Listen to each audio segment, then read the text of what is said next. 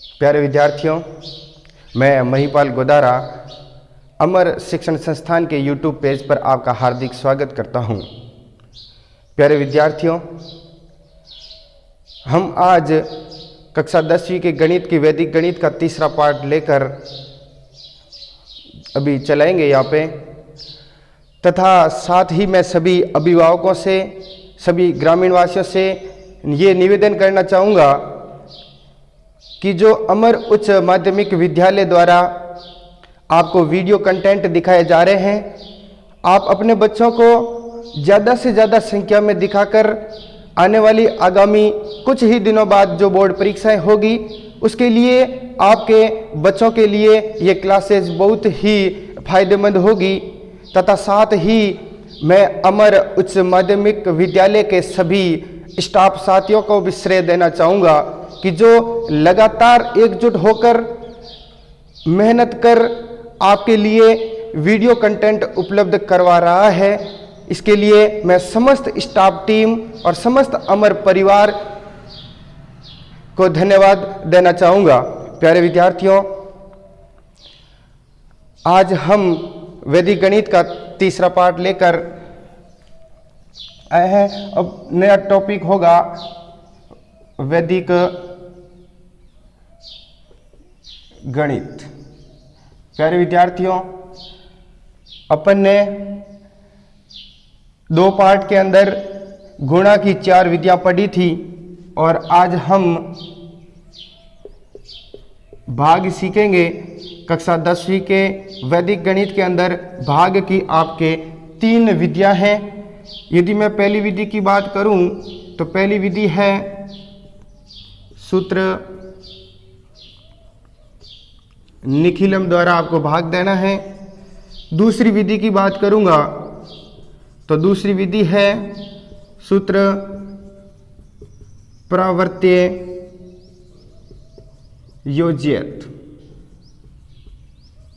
तथा तीसरी विधि की बात करूंगा तो आपकी तीसरी विधि है ध्वजांक विधि।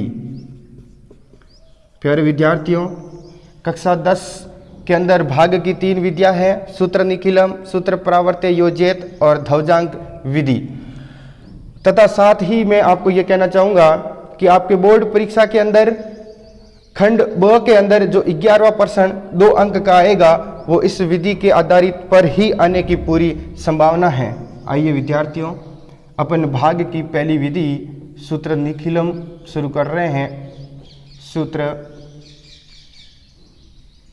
निखिलम। प्यारे विद्यार्थियों, अपन जो भाग की विधि पढ़ेंगे उसके अंदर हमेशा 3 खंड बनाएंगे। एक उदाहरण लेकर उदाहरण के माध्यम से मैं आपको समझाना चाहूँगा कि जैसे मैं कोई संख्या ली 311 और उसके अंदर मेरे को भाग देना है 8 का। प्यारे विद्यार्थियों, इसको अपन कहते हैं भाज्य, और जिसका भाग देते हैं इसको अपन बोलते हैं भाजक। अब भाजक को देकर अपन आधार का निर्धारण करेंगे। संकेत की बात करूं तो भाजक देखा तो यह भाजक है 8, और इसके मैं आधार की बात करूंगा तो प्यारे विद्यार्थियों आधार कितना होगा 10। अपन पूर्व कक्षाओं में अच्छी तरह से आधार को समझ चुके हैं। प्यारे विद्यार्थियों, सूत्र निखिलम के अंदर अपन ने आधार 10 है, किसको देखकर किया अपन ने, भाजक को। अब इसके अंदर क्या करते हैं अपन, जो भाजक की क्या लिखते हैं, पूरक संख्या। प्यारे विद्यार्थियों, पूरक संख्या की बात करूं, मैंने मान लो आधार कितना लिया, 10 लिया, ठीक है। अब मान लो कोई संख्या क्या दी अपन को, संख्या दे दी 8। अब 8 की मेरे को क्या लिखनी है, पूरक संख्या।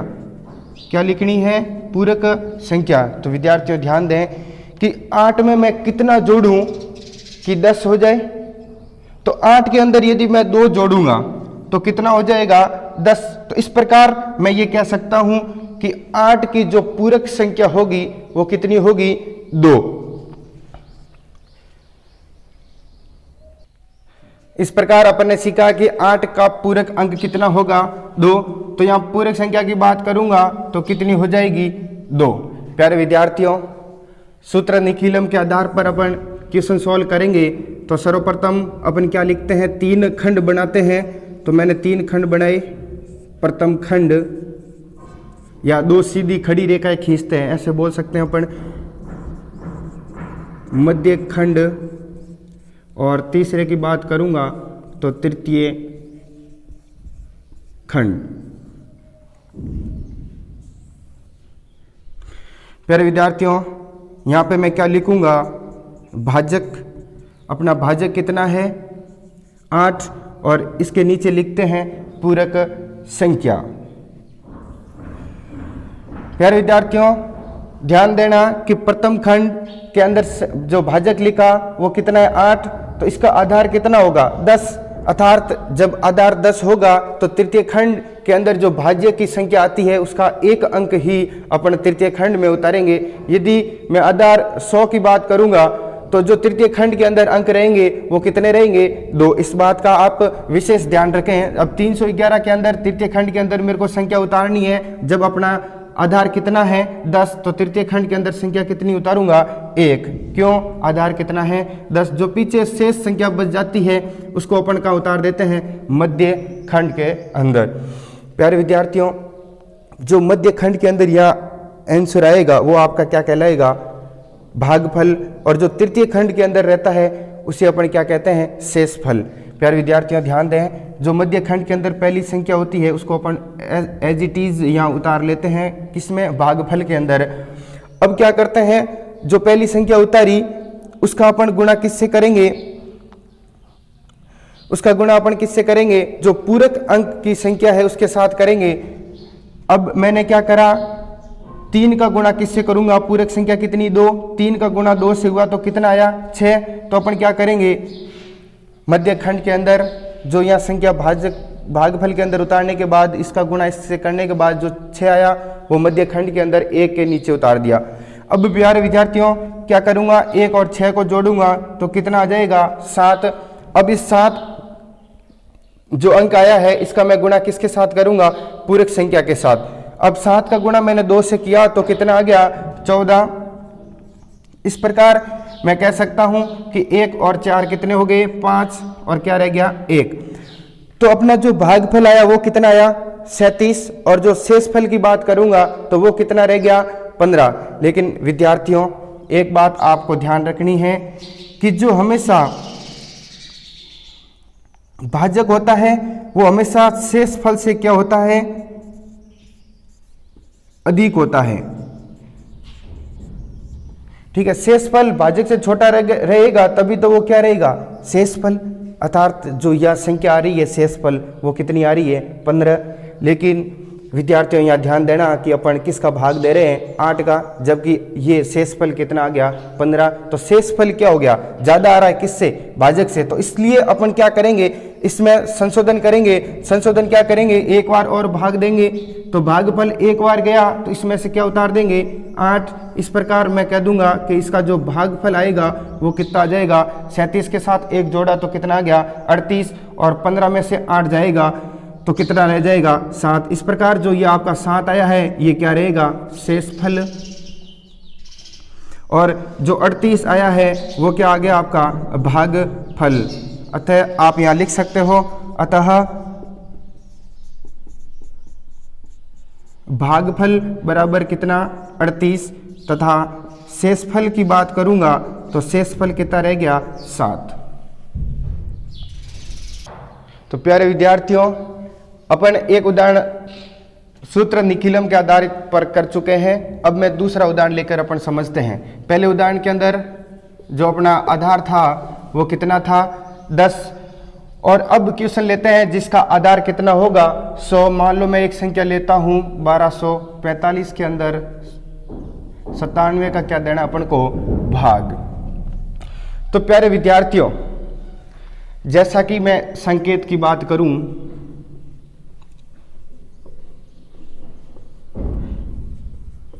आधार किसके द्वारा देखेंगे, भाजक से। भाजक कितना है 97। तो अपन मैं आधार की बात करूंगा तो कितना रहेगा 100।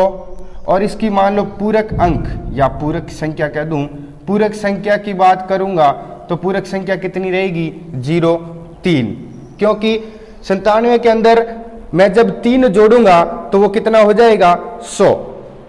प्यारे विद्यार्थियों, सूत्र निखिलम को अपन सॉल्व करते हैं तब क्या लेते हैं, 3 सर्वप्रथम अपन 3 खंड बनाते हैं। तो मैंने यहाँ लिख दिया प्रथम खंड, और बीच वाले की बात करूँ उसको अपन क्या लिखते हैं मध्य खंड, और यहाँ पे अपन क्या लिखेंगे तृतीय खंड।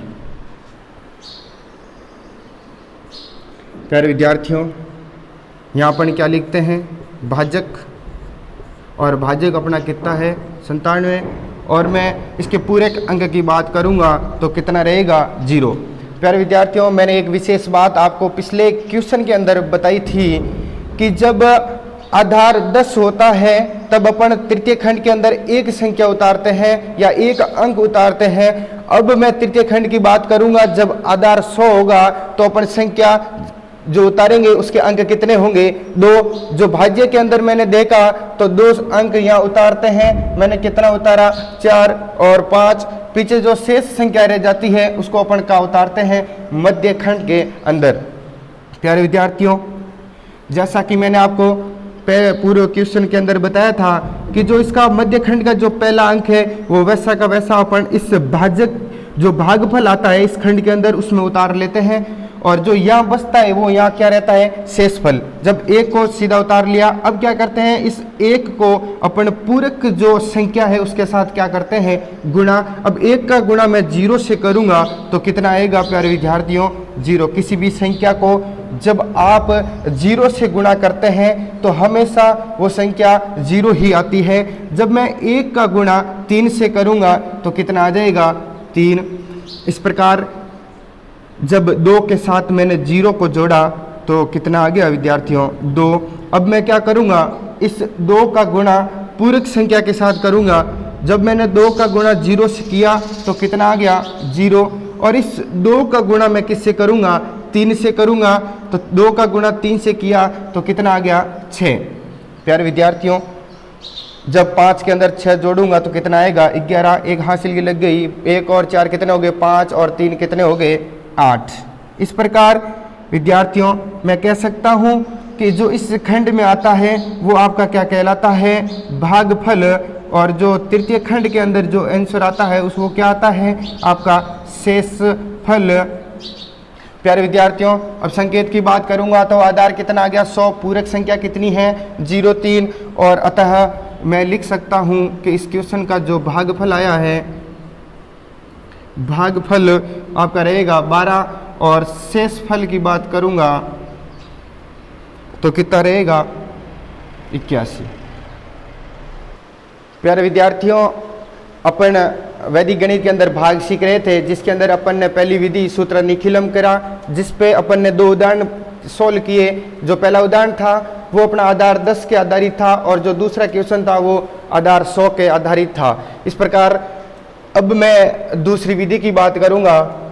आपके कक्षा 10वीं के अंदर जो भाग की दूसरी विधि है वो है सूत्र परावर्त्य योज्यत।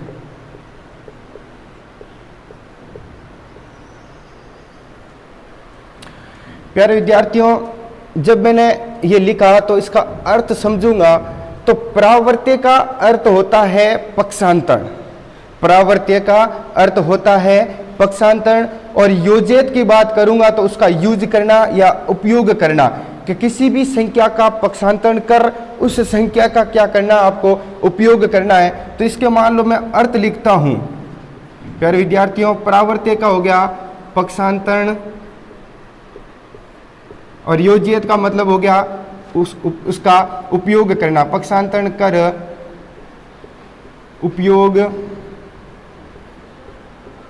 करें, तो पक्षांतरण कर उपयोग करें किस प्रकार होगा अब मैं समझाना चाहूँगा कि अपन पूर्व कक्षाओं में या आपने गणितीय जो संक्रियाएं आप सॉल्व करते हैं उसके अंदर आपने सीखा होगा कि जब मैं प्लस का पक्षांतरण करता हूं तो क्या आ जाता है माइनस, और माइनस की कोई भी संख्या है और मैंने उसका क्या करा पक्षांतरण किया तो वो संख्या किसकी हो जाती है प्लस की। इसका मतलब पक्षांतरण का मतलब हो गया चिन्ह को क्या करना है आपको चेंज। आइए विद्यार्थियों, अभी अपन ने सीखा कि सूत्र परावर्त्य का अर्थ क्या होता है, ये क्या कहना चाह रहा है। आइए इस विधि को अपन उदाहरण के माध्यम से समझते हैं। मान लो मैं पहला उदाहरण लेता हूं 1358 के अंदर मान लो संख्या 113 का मैं क्या दे रहा हूं भाग। प्यारे विद्यार्थियों, अब मैं यहाँ संकेत की बात करूंगा। अपन जो आधार लेते हैं वो उस भाजक के आधार पर लेते हैं। मान लो यहाँ मैं लिख लेता हूँ अपना जो भाजक है वो कितना है 113, और इसके किसकी बात करूँगा मैं आधार की बात करूँगा तो मैं कितना लूँगा 100, और यहाँ किसकी बात करूँगा मैं विचलन की बात करूँगा तो 100 से कितना अधिक 13 अधिक, ठीक है। तो 13 किसका रहेगा प्लस का, यदि कम होता तो अपन यहाँ किसका चिन्ह लगा देते माइनस का। इस प्रकार अपन विचलन अपने कितना प्राप्त हुआ 13। लेकिन प्यारे विद्यार्थियों, अपन सूत्र परावर्त्य योजित के आधार पर क्वेश्चन सॉल्व कर रहे हैं। परावर्त्य का अर्थ अभी अपन ने सीखा था कि परावर्त्य का मतलब होता है पक्षांतरण। तो मैं इसका क्या लिखूंगा परिवर्तित अंक। परिवर्तित अंक की बात करूंगा कि अपन जो 13 लिखा वो किसका है प्लस का। तो अब ये संख्या अपनी किसकी हो जाएगी माइनस की। किसकी हो जाएगी माइनस की। जो परिवर्तित प्लस का यह भी 1 लूंगा या 3 लूंगा तो ये माइनस का 1 हो जाएगा, और ये भी किसका रहेगा माइनस का 3। किस प्रकार रहेगा आइए अपन एग्जाम्पल के माध्यम से समझते हैं। प्यारे विद्यार्थियों, जैसा कि आपने सूत्र निखिलम के अंदर 3 खंड बनाए थे, इसी प्रश्न के अंदर भी अपन 3 खंड बनाएंगे। मैंने यहाँ लिखा प्रथम खंड, ये आ गया अपना मध्य खंड, और तीसरा आ गया तृतीय खंड। प्यारे विद्यार्थियों, यहाँ अपन क्या लिखेंगे भाजक, अपना भाजक कितना है 113। प्यारे विद्यार्थियों, जब आधार अपन ने 100 लिया तो इसके विचलन की बात करूँगा तो कितना रहेगा 13, और मैं इसके परिवर्तित अंक की बात करूंगा। परिवर्तित अंक की संख्या की बात नहीं कर रहा, अंक का मतलब 1 और क्या आ गया 3, तो इसका माइनस का 1 और क्या लिखूंगा माइनस का 3। प्यारे विद्यार्थियों, सूत्र निखिलम में भी आपने सीखा था जो मध्य खंड के अंदर आता है वो अपना भागफल कहलाता है, और जो तृतीय खंड के अंदर आता है वो अपना शेषफल कहलाता है। इस प्रकार जब आधार 100 था तो अपन तृतीय खंड के अंदर कितनी संख्या उतारेंगे 2। अब 2 संख्या उतारी तो कितनी आ गई 58, और जो पीछे शेष संख्या बच जाती है उसको अपन कहाँ उतारते हैं मध्य खंड के अंदर। प्यारे विद्यार्थियों, आपने सीखा था कि जो पहला अंक होता है उसको अपन भागफल के अंदर सीधा उतार लेते हैं, और सूत्र निखिलम के अंदर अपन ने पूरक अंक लिया था उसके साथ गुणा करते थे, जबकि अपन दूसरी विधि पढ़ रहे हैं सूत्र परावर्त्य, और उसके अंदर अपन क्या करेंगे इसका गुणा किससे करेंगे परिवर्तित अंक से। अब 1 का गुणा -1 के साथ करूंगा तो कितना आएगा -1। जब 1 का गुणा -3 के साथ करूंगा तो प्यारे विद्यार्थियों कितना आएगा -3। इस प्रकार मैं मध्य खंड के अंदर जोड़ूंगा कि जैसे 3 ये -1 है तो 3 में से 1 जाएगा तो कितना रहेगा 2, और इस 2 का गुणा -1 के साथ करूंगा तो कितना आएगा -2, और 2 का गुणा -3 के साथ करूंगा तो कितना आ जाएगा -6। इस प्रकार जब 8 में से 6 जाएगा तो कितना रहेगा 2, और 5 में से 3 और 2 कितने हो गई माइनस की संख्या हो गई 5। 5 में से 5 गया तो कितना शेष रह गया 0। प्यारे विद्यार्थियों, इस प्रकार मैं कह सकता हूं कि जो मध्य खंड के अंदर आता है वो आपका भागफल आ गया, और जो तृतीय खंड के अंदर आता है वो आपका क्या आ गया शेषफल। अतः मैं लिख सकता हूं कि संख्या का जो भागफल होगा, भागफल कितना रहेगा 12, और आपके शेषफल की बात करूंगा तो शेषफल कितना आ गया 2। ये आपका क्या आ गया प्यारे विद्यार्थियों आंसर। प्यारे विद्यार्थियों, अपन ने सूत्र परावर्त्य योजित पे एक उदाहरण कर चुके हैं, और अब दूसरे उदाहरण की मैं बात करूंगा। पहला उदाहरण लिया जिसके अंदर विचलन था वो प्लस का था। इस बार एक उदाहरण लेता हूँ, मान लो 1432 के अंदर किसका 88 का मेरे को क्या देना है, भाग। तो विद्यार्थियों मैं यहाँ संकेत की बात करूँगा।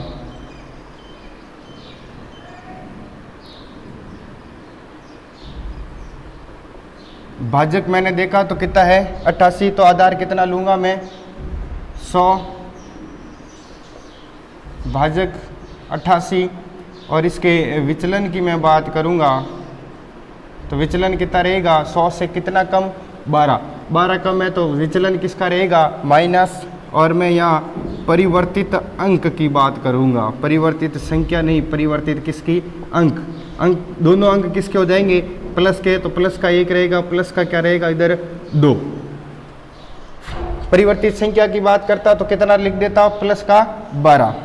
प्यारे विद्यार्थियों अब इस क्वेश्चन को सॉल्व करेंगे तो सर्वप्रथम कितने खंड बनाते हैं, 3, प्रथम खंड, मध्य खंड, और यहाँ अपन क्या लिखते हैं तृतीय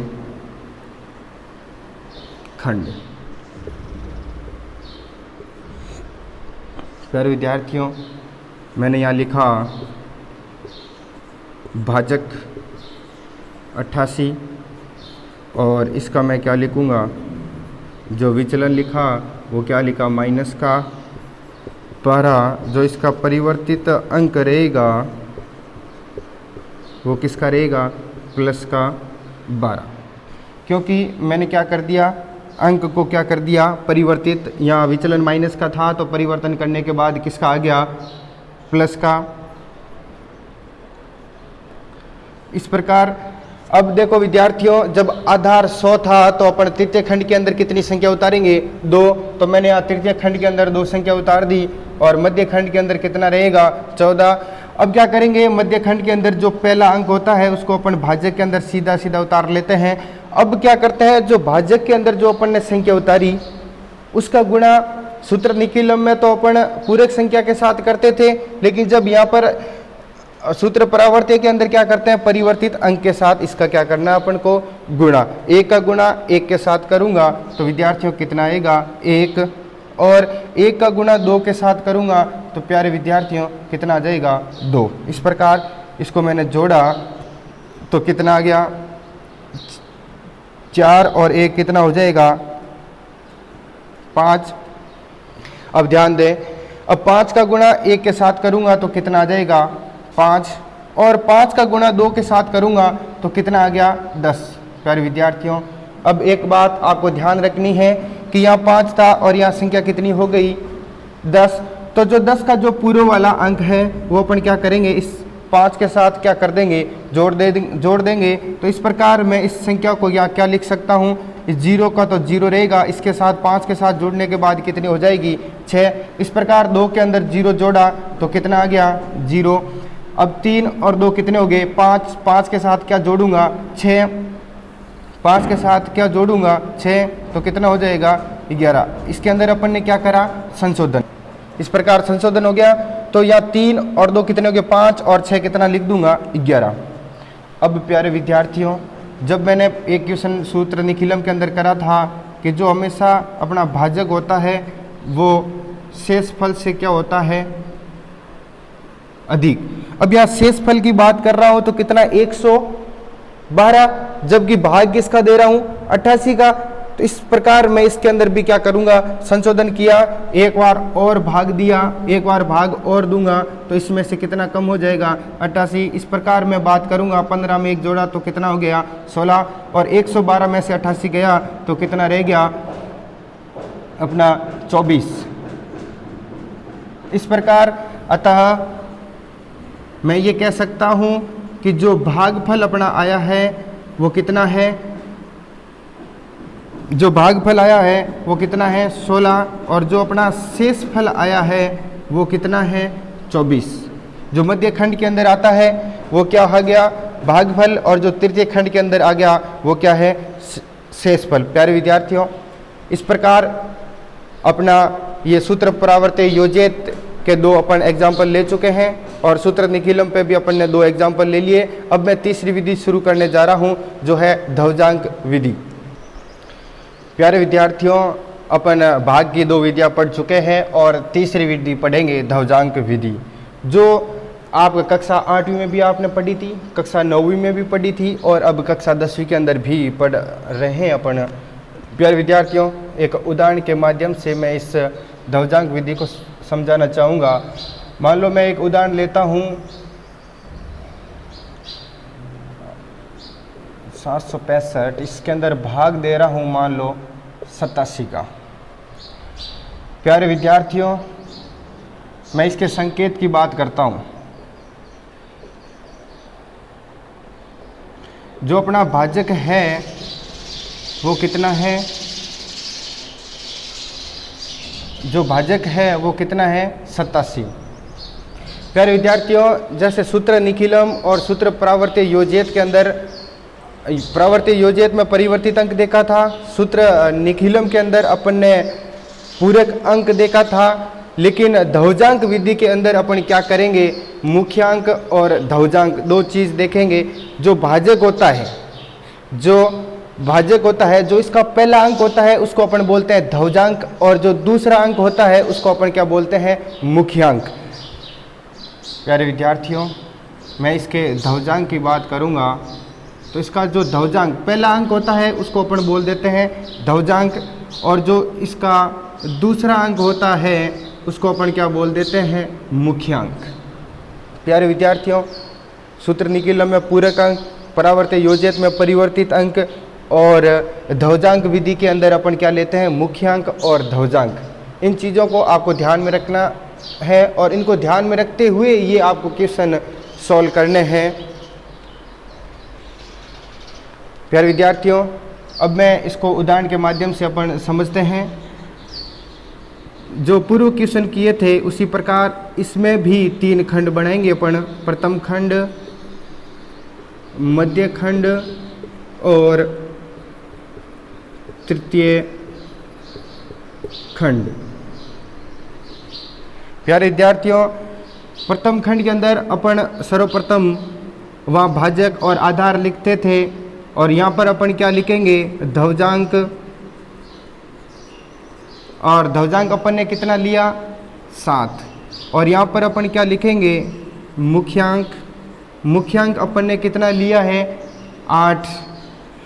प्यारे विद्यार्थियों, एक बात का विशेष आपको ध्यान रखना है कि जितने ध्वजांक के अंदर अंक होंगे उतने ही अंक अपन को जो भाज्य के है संख्या उसका तृतीय खंड के अंदर उतने ही अंक लेने हैं। जैसे मान लो मैंने यहाँ देखा ध्वजांक के अंदर कितने अंक हैं 7, तो मैं तृतीय खंड की बात करूंगा तो तृतीय खंड में मैं इस भाज्य की संख्या देखूंगा, जो पहला कितना, यहाँ 1 अंक है तो यहाँ पे भी 1 अंक मैं कहाँ उतार दूंगा, तृतीय खंड के अंदर। जो शेष संख्या बच जाती है उस संख्या को मैं कहाँ लिखूंगा, मध्य खंड के अंदर।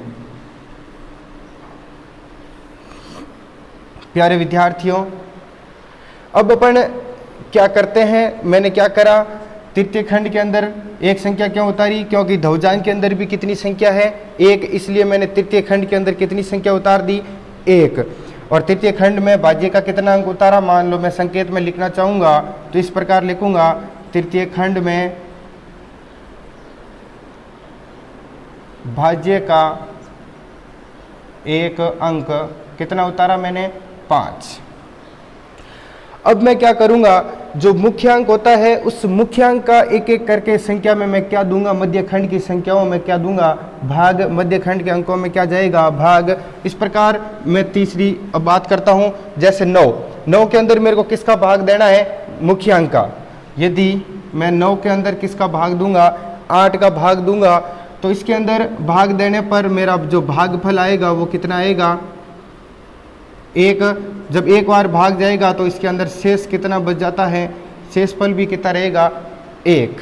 शेषफल भी कितना रहेगा, 1। जो भागफल आता है वो अपन कहाँ उतारते हैं, मध्य खंड के अंदर। तो मैंने क्या करा, भागफल कितना आया, एक बार भाग गया और इसका जो शेषफल बच गया कितना, 1। अपन क्या करते हैं, जिस 9 में मैंने भाग दिया तो अगली वाली संख्या और जिस वाले अंक के अंदर भाग दिया उन दोनों के बीच में इनको क्या कर लेते हैं, उतार लेते हैं। प्यारे विद्यार्थियों, ध्वजांक के अंदर इस बात का विशेष ध्यान रखें कि जब आपका जो भागफल आया उसको अपन नीचे उतार लेते हैं मध्य खंड के अंदर, और जो शेषफल आता है जिस अंक के अंदर आपने भाग दिया उसके अगली वाले अंक के और जिसमें भाग दिया उस दोनों अंकों के बीच में जो शेषफल रहता है उस शेषफल को अपन क्या कर लेते हैं, उतार लेते हैं। अब यहाँ उतारने के बाद अपन को क्या देखना है, ये पूरी संख्या। मैं मान लो बात करूं, जो नया मेरा पास क्या मिल गया मेरे को भाज्य, मतलब जिसका भाग पहले मैं 9 में भाग दिया, अब मैं किस में भाग दूंगा, 18। नया भाज्य जो मेरे को प्राप्त हुआ वो कितना आ गया, 18। क्यों? क्योंकि जो एक जो शेषफल बचा, एक यहाँ उतार लिया, इसके ऊपर अपन कौन सी संख्या उतार लेंगे, 8। इस प्रकार जो अपना नया भाज्य आया वो कितना आया, 18। अब क्या करते हैं विद्यार्थियों, जो ध्वजांक है उस ध्वजांक का गुणा किससे करते हैं, जो भागफल के अंदर जो संख्या आई है उसका, और क्या करते हैं, इस नए भाज्य में से क्या कर देते हैं, इसको घटा देते हैं। इसमें क्या करेंगे अपन, संशोधन, इसको बोलते हैं। जो अपना नया भाज्य आया उसके अंदर क्या करना अपन को, संशोधन करने पर। संशोधन क्या किया, संख्या कितनी आई, 18, और 18 में से क्या घटाना है अपन को, 1 का गुणा किससे करना है, ध्वजांक से। तो 1 का गुणा ध्वजांक कितना, 7। 18 में से 7 जाएगा तो कितना आ गया, 11। इस प्रकार मैं कहना चाहूँगा कि नया जो संशोधित भाज्य है वो अपने पास कितना आ गया, नया संशोधित जो भाज्य है वो कितना आ गया, 11। प्यारे विद्यार्थियों, अब मेरे पास नया भाज्य कितना आ गया, 11। अब 11 के अंदर मेरे को किसका भाग देना है, मुख्यांक का। किसका भाग देना है, मुख्यांक का। 11 के अंदर किसका भाग दिया, मुख्यांक कितना है, 8। भाग दूंगा तो अपना भागफल कितना बचेगा, जो भागफल रहेगा 8 एकम 8, एक बार गया तो शेषफल कितना रहेगा, 11 में से 8 गया तो कितना रह जाएगा, 3। इस प्रकार मध्य खंड के अंदर पहली बार जब भाग दिया था तो कितना रह गया, 1। अब जब दूसरी बार मैंने नया भाज्य प्राप्त होने के बाद मैंने भाग दिया तो भाग कितनी बार गया, जब एक बार भाग गया तो इसको भागफल के अंदर उतार लेते हैं। भाग कितनी बार गया, 1। अब शेषफल कितना बच गया, 3। अब शेषफल कहाँ उतारूंगा, मैंने 18 वाली ये 8 वाली अंक ले लिया। अब 8 और 7 के बीच में, क्योंकि मैंने अभी जो पूर्व जो नया भाज्य बनाया था वो 8 ले चुका हूं, तो आगे वाला कौन सा लूंगा, अब 7। तो 7 और 8 के बीच में जो शेषफल बचता है उसको अपन क्या करेंगे, उतार लेंगे, और इस प्रकार एक नया फिर भाज्य अपन को प्राप्त होगा, वो कितना होगा, 37। प्यारे विद्यार्थियों, अब मेरे को जो नया भाज्य प्राप्त हुआ वो कितना है, 37। अब अपन क्या करते हैं, अब 37 नया भाज्य प्राप्त हो गया, फिर अपन को इसके अंदर क्या करना है, संशोधन। अब मेरे को जैसे इस प्रकार जहाँ संशोधन अपन 18 वाली, इसमें क्या था, 18, 1 माइनस क्या करा था, ध्वजांक का गुणा इससे करा था। इसमें भी क्या करेंगे, अब ये वाली संख्या ले लेंगे, भाज्य जो भागफल के अंदर आई है उसका भी गुणा किससे करेंगे अपन, ध्वजांक के साथ। तो 37 आ गया। अब क्या करेंगे, संशोधन करने पर, संशोधन करने पर संशोधन क्या होगा, 37 में से अब ध्वजांक का गुणा किससे करूंगा, इस 1। इससे तो अपन पहले कर चुके, तो इसका आगे वाला अंक कितना आया अपने, 1। तो 1 का गुणा किससे करूंगा, 7 से। इस प्रकार कितना बचेगा अपना, 30। तो मैं कह सकता हूं कि जो नया भाज्य प्राप्त हुआ है, नया, इसको क्या बोलेंगे, संशोधित भाज्य, क्योंकि क्या आया है, संशोधन करने के पश्चात आया है। तो नया संशोधित जो भाज्य है वो कितना रह गया अपना, 30।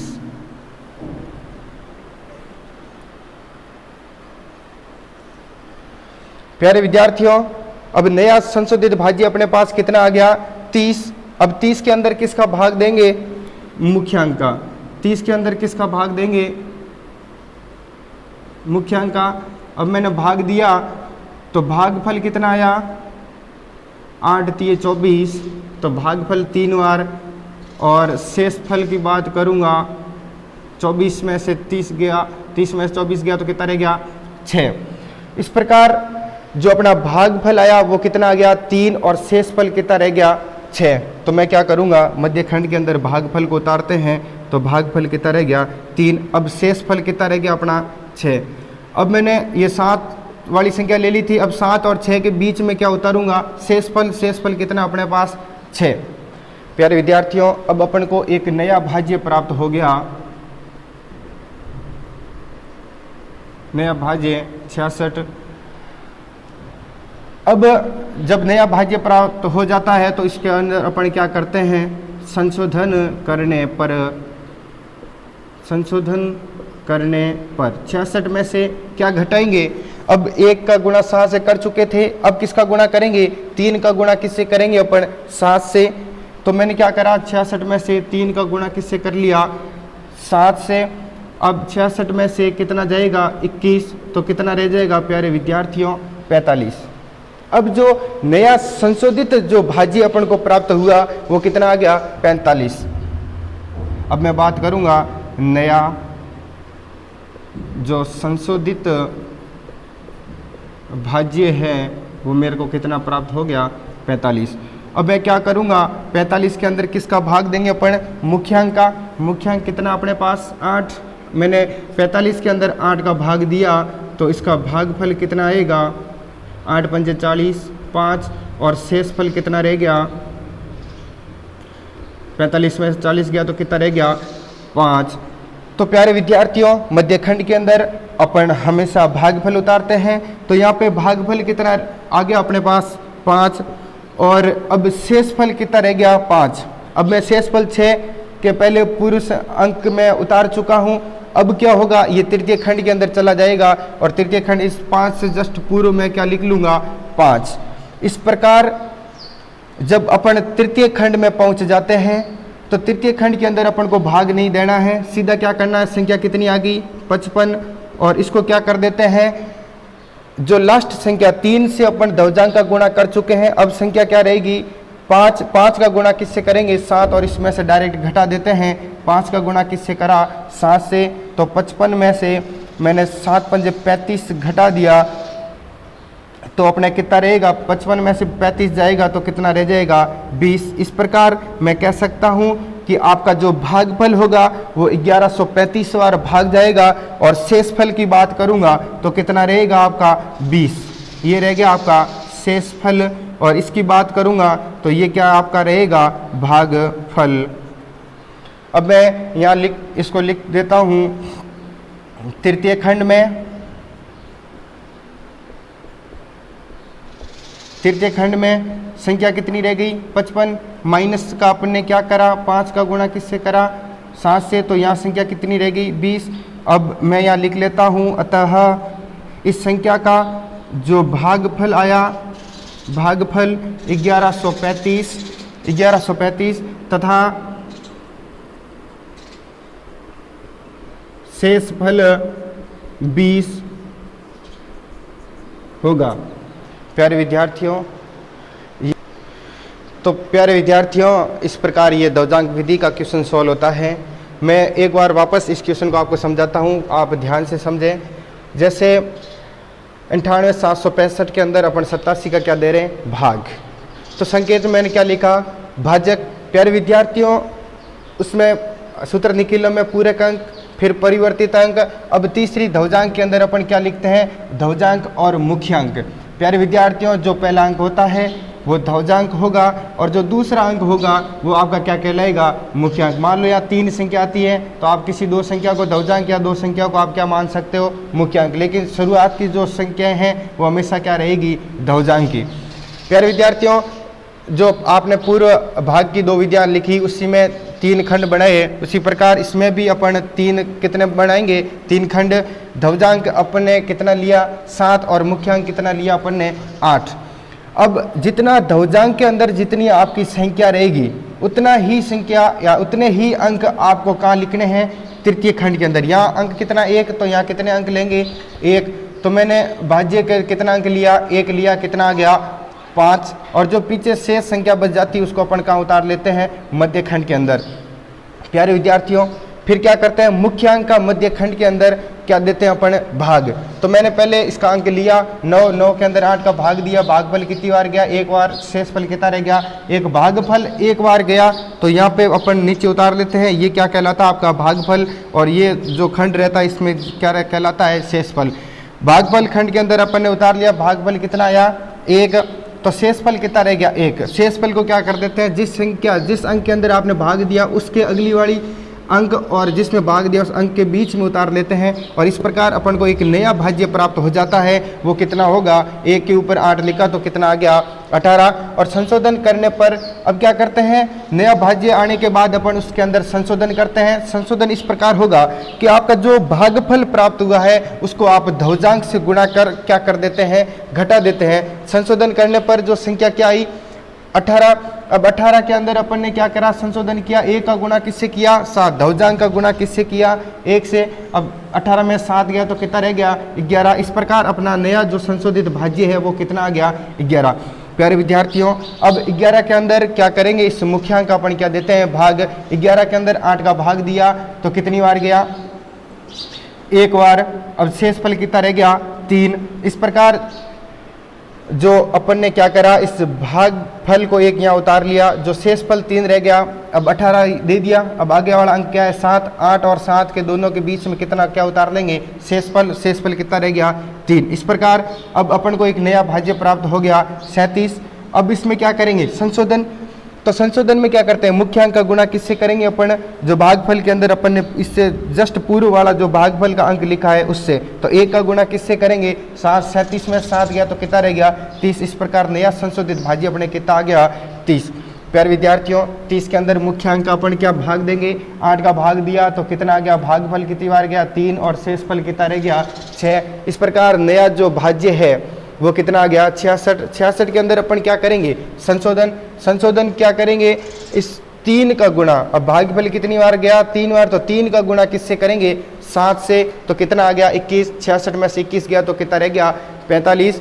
अब संशोधित जो नया भाज्य है वो कितना आ गया, 45। 45 के अंदर किसका भाग देंगे अपन, मुख्यांक का भाग देंगे। तो 45 के अंदर 8 का भाग दिया तो भागफल 5 आया, और शेषफल कितना रह गया, 5। इस प्रकार इस भागफल को अपन ने यहाँ मध्य खंड के अंदर उतार लिया, 5। अब प्यारे विद्यार्थियों, जब दूसरा खंड अपन यहाँ पूर्ण हो चुका है, अब पीछे संख्या जो शेषफल है वो 5 रह गया, तो उसको अपन कहाँ उतारेंगे, तृतीय खंड के अंदर। तृतीय खंड के अंदर एक नई संख्या अपन को प्राप्त हो गई, क्या आ गई, 55। अब तृतीय खंड के अंदर अपन क्या करते हैं, नॉर्मली 55 में से क्या करेंगे, जो अपने यहाँ भागफल आ गया उसको ध्वजांक के साथ क्या कर लेंगे, गुणा, और इसमें से संख्या में से क्या कर लेते हैं, घटा देते हैं। तो 5 का गुणा 7 से किया तो कितना आ गया, 35। 55 में से 35 गया तो शेषफल कितना रह गया, 20। प्यारे विद्यार्थियों, इस प्रकार आपका जो भागफल है वो 1135 और जो शेषफल है वो आपका कितना होगा, 20। प्यारे विद्यार्थियों, आज अपन ने भाग की 3 विधियाँ, सूत्र निखिलम, सूत्र परावर्त्य योजित और ध्वजांक विधि पढ़ी। और आप वीडियो जब पूरा हो चुका है तो अंत के अंदर आपको अभ्यास प्रश्न दिए जा रहे हैं, आप इसका स्क्रीनशॉट ले लें। प्यारे अभिभावकों, आपसे मैं एक निवेदन करना चाहूँगा कि आप अपने बच्चों को ये वीडियो ज़्यादा से ज़्यादा दिखाएं, और गणित जैसे सब्जेक्ट के अंदर आप अपने बच्चों को ज़्यादा से ज़्यादा प्रश्नों का अभ्यास कराएं, जिससे वो गणित को आसानी से समझ पाएंगे। और इसके साथ मैं आपको कहना चाहूँगा कि मुश्किलों से भाग जाना आसान होता है, मुश्किलों से भाग जाना आसान होता है, हर पहलू जिंदगी का इम्तिहान होता है, डरने वाले को मिलता नहीं कुछ इस जिंदगी में, लड़ने वालों के कदमों में जहान होता है, लड़ने वालों के कदमों में जहान होता है। धन्यवाद।